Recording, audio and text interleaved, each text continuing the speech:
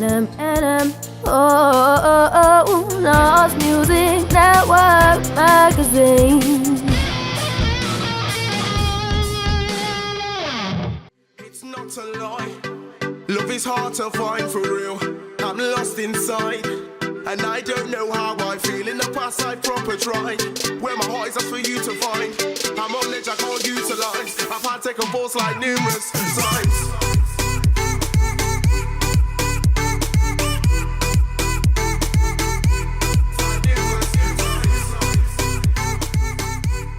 Stuart here with Knots Music Network magazine, and I'm here with Jaymal Davis. Hello Jaymal, how you doing? Hello, I'm not doing bad. What about yourself? I'm good, man. I'm good. Good.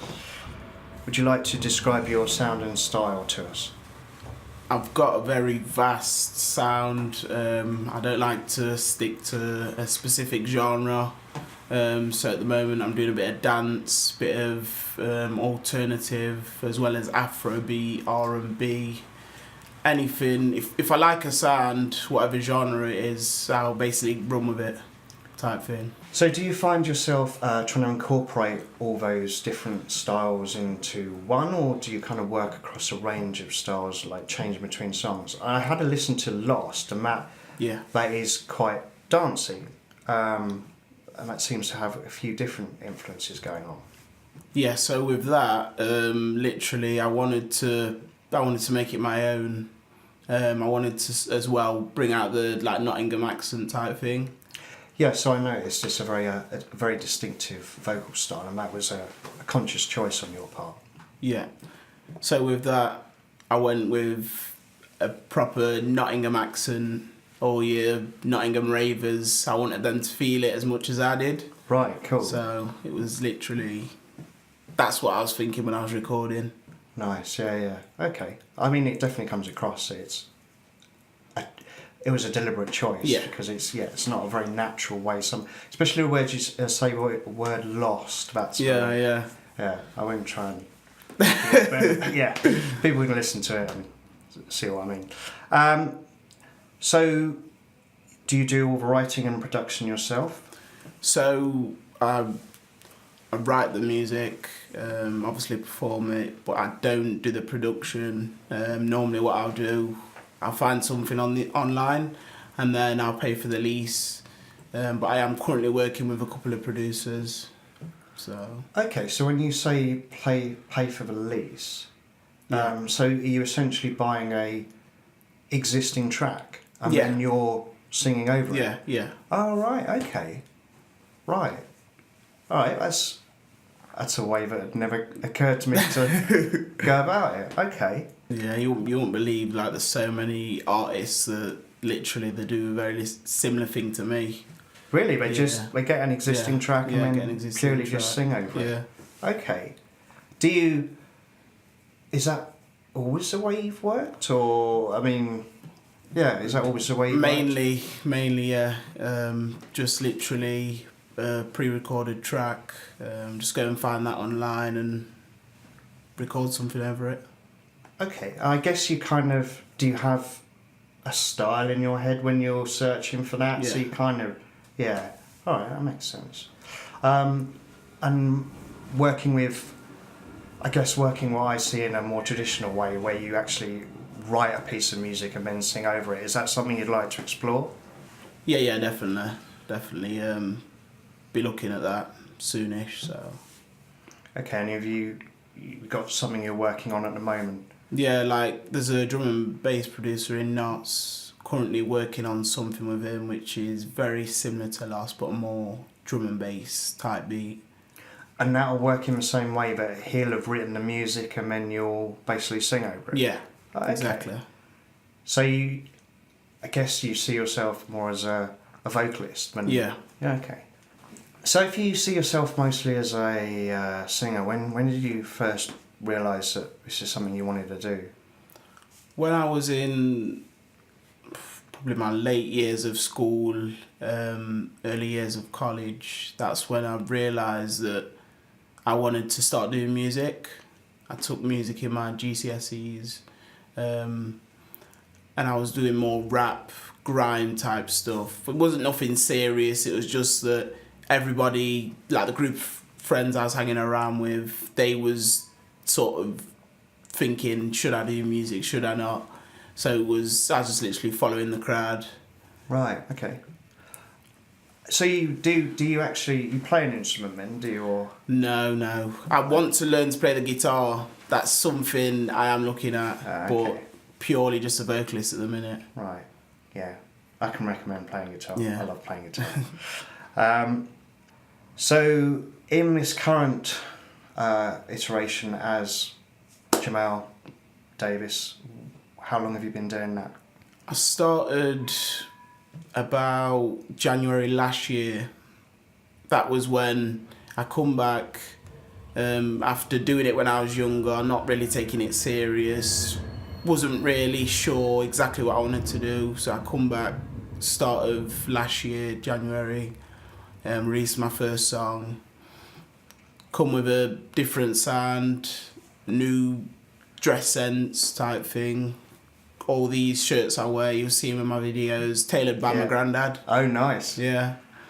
So I'll always be wearing funky shirts, like different type of glasses, and my sound, I think my sound's distinctive, but it's never the same. Like if you listen to my tracks, most of them aren't the same genre, and I sound very different.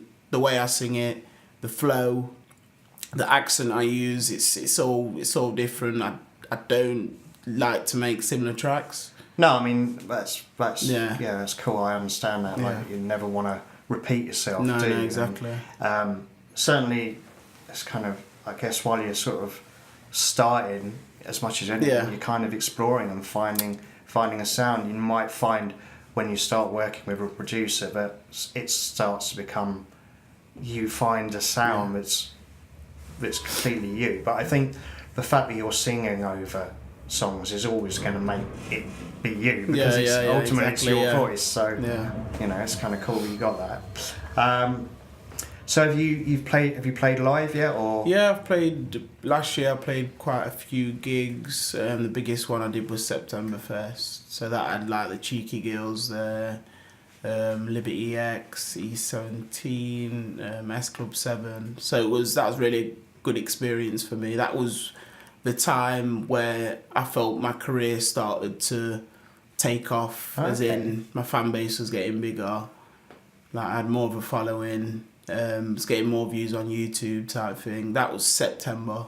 So where was the gig? That was at Donington Park, same place where they do Download. Yeah. Oh wow. So that was cool. That was so good. What kind of crowd did you get in terms of size? It wasn't a massive turnout. It was just. It was a similar type of people that go to Download, like got your rockers. So quite a varied sort of mix of people. Yeah, but it was good experience. So did you definitely get to meet any of? I met the Cheeky Girls. Yeah, that was good. That was an experience. Cool. So that's probably your biggest gig.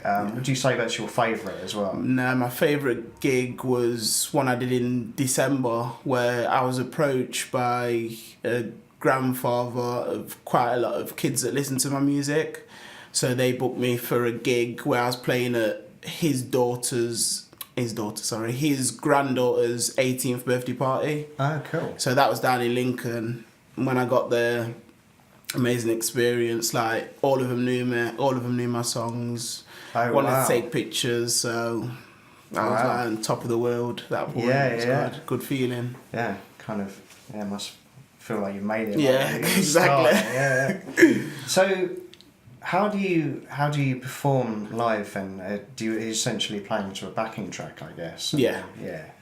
Okay. Cool. And you find that works for you, because there's something I've thought about with the live experience about how you make it interesting as a show. I mean, it's one thing when you've got a full band there, because I always find that like it's something about having a drummer on stage kind of lifts it. Yeah. I mean, not just in terms of the sound as well, but in terms of the visual kind of aspect of it.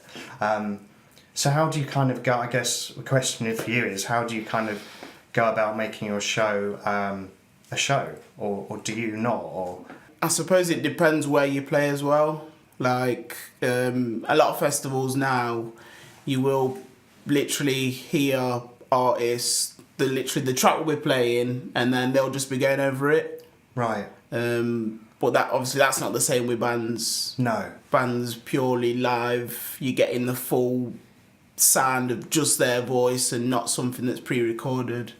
So it depends who you're playing to. But most of the time, I do a similar thing. The track's playing, I'm going over it.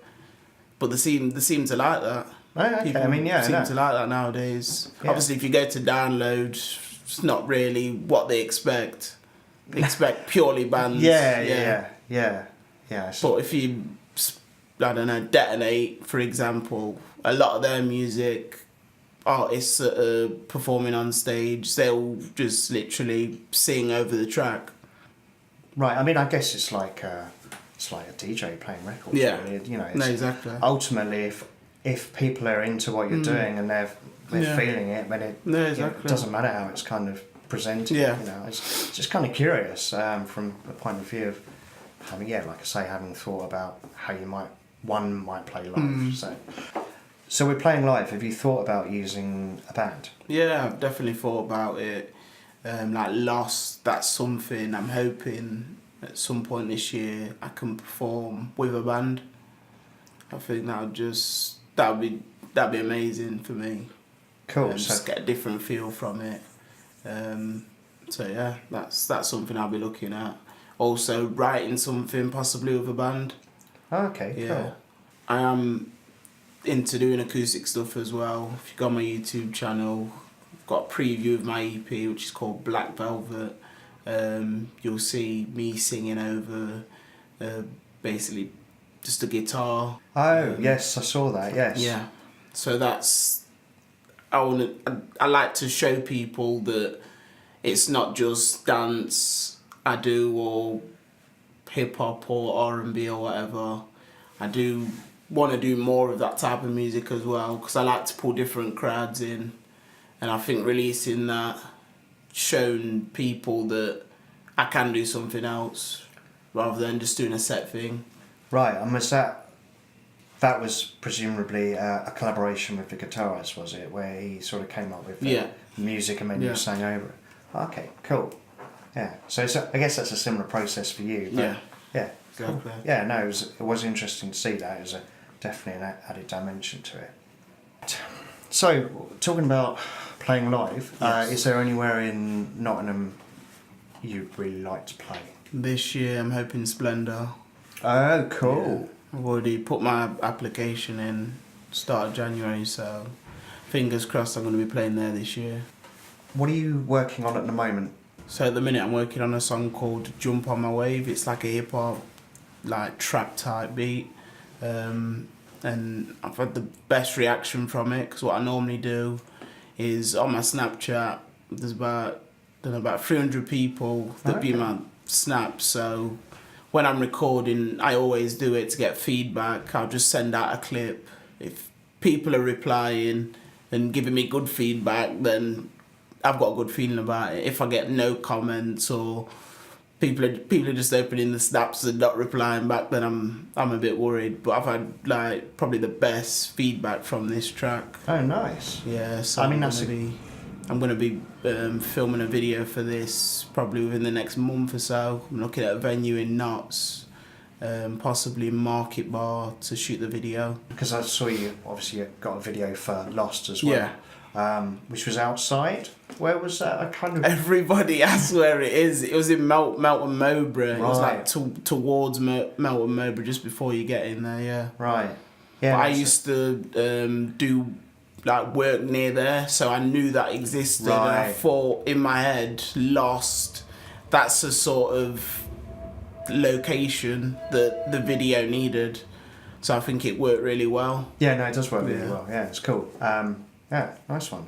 Yeah, I mean it's a good looking video as well. Actually. Thank you. Yeah, you know, considering I guess you arranged that and Yeah. funded it or Yeah, asked for favours, you know, as you do. Cool, man. So, what would you say you're most proud of so far of what you've done? Either it can be a video or a song or. It was nice the first time like being played on BBC Nottingham. Oh, okay. Yeah, so I got played on there. It's probably the first time about April last year. So that was a good experience. Like, just so many people, like, they get quite a big variety of people tuning into, what is it, Dean Jackson's show on Saturday night. So it was just nice receiving that email. They've acknowledged the song, they like the song, and it's good enough to be played on the radio. So that's probably my most proud moment. Yeah, that's great. Because I felt like after then, everything just got better. Like, things were just developing and just seemed to be moving along nicely. So nice. And you saw a big sort of growth in number of people following you, etc., etc. Yeah, I mean, it's great exposure. Wow. So, and that was just a case of you submitted your track. And you submit your music. If it's good enough, you'll get a notification. They'll play it. So nice cool. Nice one. And they let you know beforehand. Yeah. Sort of tell mum to. Yeah, exactly. Nice. Yeah. So, what would you like to achieve this year? What are your goals, aims? So this year, main thing is to play at Splendour. Yeah. I want BBC One Extra play. I've been played on BBC Nottingham a few times, but One Extra is the next step for me. Maybe even possibly Radio 1. But let's not get too excited. No, you might as well aim high, mate. And then just get more bookings this year, play at bigger festivals. Last year played at September Fest, this year Splendour, Why Not Festival, possibly NAS Festival as well. And then as well as that, on YouTube I want to try and get a video to about 100,000 views. Oh wow. Yeah. Okay. Also just get a bigger fan base on my Spotify. At the minute, I think my most streams is probably about 3,500, but I want to aim for double that or triple that. So how are you going to go about doing that? And I guess I'm asking for my just purely promotion. The more I bring out, the more people are going to see me, and they're not just, well, hopefully they're not just going to listen to that song. They're going to go on my YouTube, see what I've previously done. If they like whatever I'm bringing out, so it's just mainly promotion, word of mouth. I've got business cards as well, so I like to give them out. Yeah, I mean, I know Spotify, you can get like curating. Yeah. If you get on curated lists, that's a good way to kind of get exposure. Yeah. And there's two types of lists. There's like manual ones, and then there's the automatic ones. So obviously, like the automatic ones are about the meta tagging, how you tag it all, but then the manual ones are actually a human being kind of choosing it. And I think it's how you... So if you're releasing something on Spotify, I think it's how you release it. So when I did Lost, I like built it up for about a month before I released it. Right, okay. And I set a date for it to be released, like the audio to be released. It was about 3 or 4 days before the video was going to come out. So loads of people was streaming it and buying it on iTunes before it come out, because I built it up so much, kept putting it on my Snapchat, on my Instagram story, on my Facebook story. And then I just like really built it up, like quite a lot of people liked it, and then they're just waiting for the video. So the streams were just picking up and picking up. Right, so it kind of builds its own momentum and keeps rolling. So I think it is about timing and how you release it. It's just not about how big your fan base is. Right. For me, I might be wrong, but well, it seems to be working for you. So fair play, yeah. Thank you. So is there anything else you're working on at the moment? So at the moment, I'm promoting a lot. I like to take a step back from music sometimes and just fire away, sending emails to magazines, newspapers, artist managers, record labels. So yeah, I'm been doing a lot of that at the minute. And have you had good responses? Yeah, I get replies. Been in a couple of newspapers, couple of magazines, a few blogs, like online magazines, stuff like that. I've been on Knots TV as well. Oh, nice. Okay. I appeared on that. Sent them my music and was like, yeah, it'd be great to have you on the show, kind of thing. That went really well. can see that online now anyway. I think they keep their interviews on there for like ever, so... Oh, so that was an interview as well? If anybody wants to go and see that, feel free. Okay. I'm not sure we're going to allow you to advertise. I'm joking, it's fine, mate. It's fine. Yeah, I will check that out. And of course you're going to be on Knots Music Network as well. Yeah. So, got anything you want to say? Where can people find out more about Jaymal Davis? So you can get me on Facebook, Jaymal Davis, that's my fan page. Snapchat is JaymalD50. My Twitter is at Jaymal Davis. My Instagram is Jaymal, not Jamal. So you can find me on there. I'm also on Spotify and iTunes and everything. So I'm just on all platforms. All right, thanks, Jaymal. Thank you for having me. Yeah, nice one.